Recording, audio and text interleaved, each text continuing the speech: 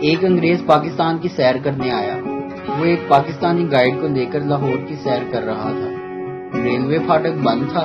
انگریز نے گاڑی کھڑی کی اور دیکھا کہ ایک پاکستانی کندھے پر سائیکل اٹھائے ریلوے پھاٹک کراس کر رہا ہے کہ یہ شخص کیا کر رہا ہے؟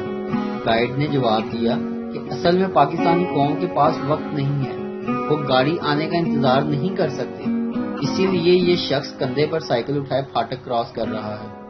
پھاٹک کھولنے کے بعد انگریز نے دیکھا کہ وہی شخص دوسری طرف بندر کا تماشا دیکھنے میں مشغول تھا۔ بیوی: دیکھو نا، ہمارے پڑوسی نے 15 انچ کا LED لیا ہے، اب آپ بھی خرید لائیں نا۔ شوہر: ارے ڈارلنگ، جس کے پاس تمہارے جیسی خوبصورت بیوی ہو وہ کیوں کر فالتو وقت TV دیکھنے میں برباد کرے گا؟ بیوی شرماتے ہوئے: آپ بھی نا، ابھی آپ کے لیے پکوڑے بنا کر لاتی ہوں۔ ایک عورت نجومی کو ہاتھ دکھانے گئی۔ اس نے کہا آپ کی زندگی کے ابتدائی 20 سال بہت سخت ہوں گے۔ میں جلدی سے بولی اس کے بعد؟ نجومی بولا پھر آپ عادی ہو جاؤ گی۔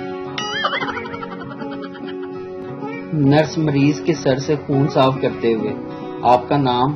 مریض: عبدالشکور۔ نرس: عمر کیا ہے؟ مریض: 45 سال۔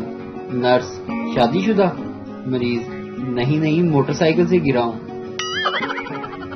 شوہر نہانے کے لیے باتھ روم گیا تو بیوی نے اس کا موبائل چیک کیا۔